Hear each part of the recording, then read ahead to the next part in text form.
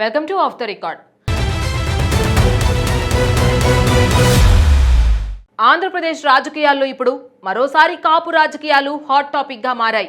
ఎన్నికల వేళ అభివృద్ధి సంక్షేమం కంటే కుల సమీకరణాలే ప్రధాన చర్చగా మారుతున్నాయి. ఒకవైపు కాపు ఓటు బ్యాంకును తమ వైపు నిలబెట్టుకునేందుకు వైసీపీ కొత్త రాజకీయ వ్యూహాలకు పదును పెడుతుంటే, మరోవైపు వాటిని తిప్పికొట్టేందుకు జనసేన కూడా అదే స్థాయిలో ఎదురుదాడి చేస్తోంది.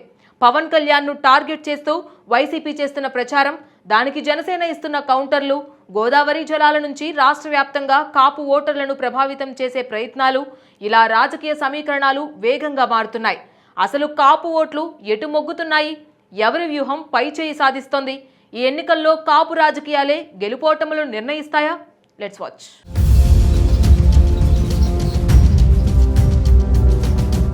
ఆంధ్రప్రదేశ్ ఎన్నికల రాజకీయాల్లో మరోసారి కాపు సామాజిక వర్గం కేంద్ర బిందువుగా మారింది. పొత్తుల ప్రకటనలు, టికెట్ల కేటాయింపుల తర్వాత కాపు రాజకీయాలు ఒక్కసారిగా వేడెక్కాయి. కాపు ఓటర్లను తమ వైపు తిప్పుకునేందుకు వైసీపీ, జనసేన రెండూ తమ వ్యూహాలకు పదును పెడుతున్నాయి. పలు నియోజకవర్గాల్లో కాపు సమీకరణాలే ఫలితాలను ప్రభావితం చేసే అవకాశం ఉందని రాజకీయ వర్గాలు విశ్లేషిస్తున్నాయి. ఇరు పార్టీలు తమకు అనుకూలంగా రాజకీయ సందేశాలను ప్రజల్లోకి తీసుకువెళ్లేందుకు ప్రయత్నిస్తున్నాయి. ఒకరి వ్యూహాలను మరొకరు బహిరంగంగా విమర్శిస్తూ రాజకీయ వేడి పెంచుతున్నాయి. దీంతో ఎన్నికల ప్రచారంలో కాపు రాజకీయాలే ప్రధాన చర్చగా మారిపోయాయి.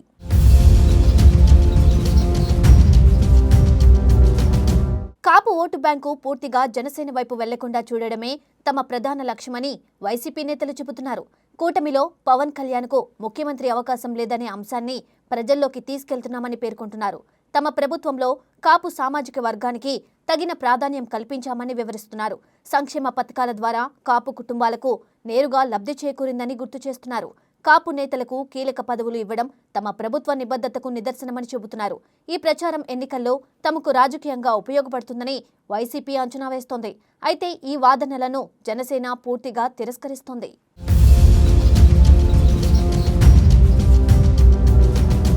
వైసీపీ చేస్తున్న ప్రచారం పూర్తిగా రాజకీయ వ్యూహంలో భాగమేనని జనసేన నేతలు ఆరోపిస్తున్నారు.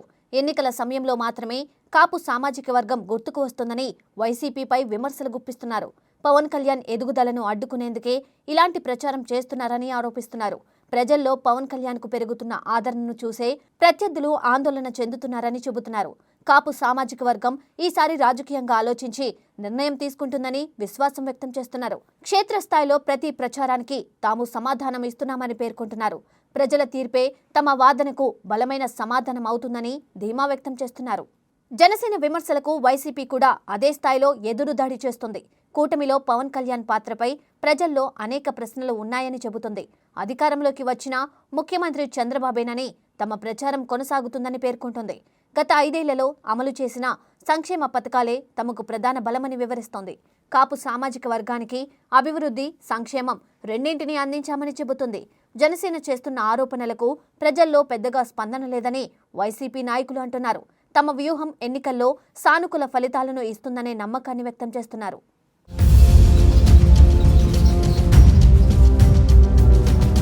మరోవైపు జనసేన శ్రేణులు పూర్తి ఆత్మవిశ్వాసంతో ఎన్నికల ప్రచారం కొనసాగిస్తున్నాయి. పవన్ కళ్యాణ్ సభలకు భారీగా ప్రజలు తరలి వస్తున్నారని పేర్కొంటున్నాయి. రాష్ట్రంలో మార్పు కోరుకునే భావన రోజురోజుకు పెరుగుతోందని చెబుతున్నాయి. కూటమి విజయం రాష్ట్ర రాజకీయాల్లో కొత్త అధ్యాయానికి నాంది పలుకుతుందని అభిప్రాయపడుతున్నాయి. పవన్ కళ్యాణ్ నాయకత్వంపై ముఖ్యంగా యువతలో విశ్వాసం పెరిగిందని పేర్కొంటున్నాయి. ప్రజల స్పందన తమకు అనుకూలంగా ఉందని జనసేన నాయకులు ధీమా వ్యక్తం చేస్తున్నారు.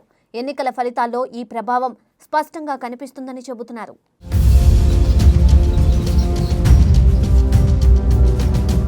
ముఖ్యంగా గోదావరి జిల్లాలో కాపు ఓటర్ల వైఖరి కీలకంగా మారిందనే విశ్లేషణలు వినిపిస్తున్నాయి. అక్కడి రాజకీయ పరిణామాలను ఇరు పార్టీలు నిశితంగా గమనిస్తున్నాయి. కాపు ఓట్లు ఎలా విభజించబడతాయనే అంశంపై రాజకీయ లెక్కలు కొనసాగుతున్నాయి. వైసీపీ తమ వ్యూహాలు ఫలితాలనిస్తాయని ఆశాభావంతో ఉంది. జనసేన మాత్రం ప్రజల్లో మార్పు కోసం బలమైన మద్దతు కనిపిస్తోందని చెబుతోంది. ఇరు పార్టీలు కాపు ఓటర్లను ఆకట్టుకునేందుకు ప్రచారాన్ని మరింత ముమ్మరం చేశాయి. దీంతో గోదావరి రాజకీయాలు రాష్ట్ర వ్యాప్తంగా ఆసక్తికరంగా మారాయి.